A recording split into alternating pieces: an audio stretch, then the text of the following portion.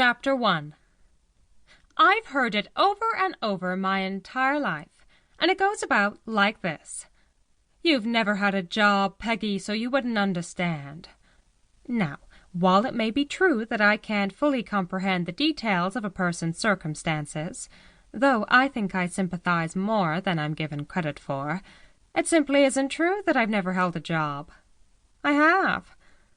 When I was 20 years old, I went to work every day at Moonrise Bookstore, a cramped 2-floor shop on East 39th Street, and I was happy. It didn't last, of course. My job as assistant clerk at Moonrise Bookstore came to an end after 5 months. It was not because of any dissatisfaction on my part. I didn't want to leave, and my employer didn't want me to go. Yet the job ended just the same. We were both helpless before, as they say, larger forces. My last day, 22nd of June, 1911, passed uneventfully up to 4 o'clock this particular afternoon. I worked away at my assigned place, half of a table in the corner of the balcony, going over the orders and the inventory and the publisher catalogues. The main floor was for the customers, as well as the novelists, poets, artists, editors, and illustrators who made their way to the shop. Moonrise Bookstore might have been a complete secret to the overwhelming number of people who lived in New York City, but it was a beacon for the select few set afire by new and contrary ideas, many of them bohemian.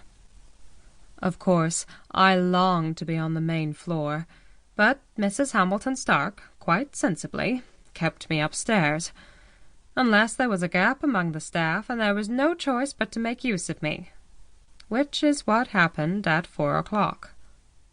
"Peggy, could you handle the front?" called out Sylvie, the assistant most trusted by Mrs. Hamilton Stark, and the one who ran things when the owner left early for the Friday afternoon train up the Hudson.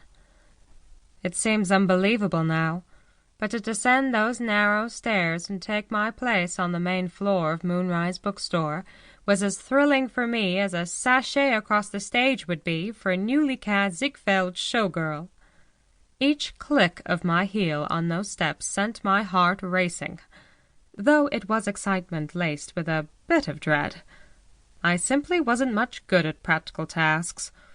My only formal education had been 3 years at the Jacobi School, where I dove deep into the rich, lovely, hypnotic world of books and plays, Ibsen, Hardy, Turgenev, Wilde, Tolstoy.